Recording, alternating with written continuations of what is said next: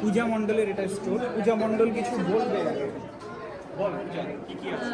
আমার এখানে কিচেনস আছে, উল দিয়ে বানানো হ্যান্ডমেড জুয়েলারি, সেলাই করা। এটা যদি কেউ কাস্টমাইজ করতে চায় তাহলে তাকে কাস্টমাইজ করে দেবো। হ্যান্ড প্রিন্টেড টি শার্ট, কেউ যদি তার টি শার্ট নেয় বা আমি করে দেবো। এই ছোটো পাউচগুলো আছে, টোট ব্যাগগুলো আছে, যেগুলো আমি সবকটা হ্যান্ড প্রিন্ট করেছি। হ্যাঁ, আর এই অনেকগুলোই টোট ব্যাগ আছে। আর ওপাশে আছে ডিজিটাল, আর যেগুলো আমরা ডিজিটাল করে প্রিন্ট করেছি সেগুলো মানে দেওয়ালে আটকানোর জন্য এগুলো। আর এগুলো কিছু আছে যেগুলো হ্যান্ড পেন্ট করা।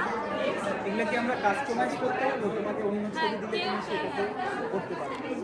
কেউ যদি বলে যে সেটাকে একটু চেঞ্জ করে দিয়ে বা কিছু দিলে সেটাকে আমরা করে দিতে পারি। সেটাকে আমরা চেঞ্জ করতে পারবো, তাই তো? ঠিক আছে, তোমার সাথে আমরা এটা তো আজকের পরে শেষ হয়ে যাবে, তাহলে এরপর আমরা যদি তোমার সাথে যোগাযোগ করতে চাই বা এই প্রোডাক্টগুলো যদি নিতে চাই, সেক্ষেত্রে আমরা তোমাদের সাথে কি করে কন্ট্যাক্ট করবো?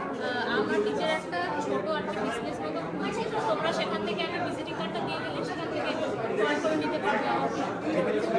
সোয়েটারটা পুরোটাই হাতে করা, এটা অনেকটা সময় লেগেছে করতে, এটা পুরোটা হাতে করা।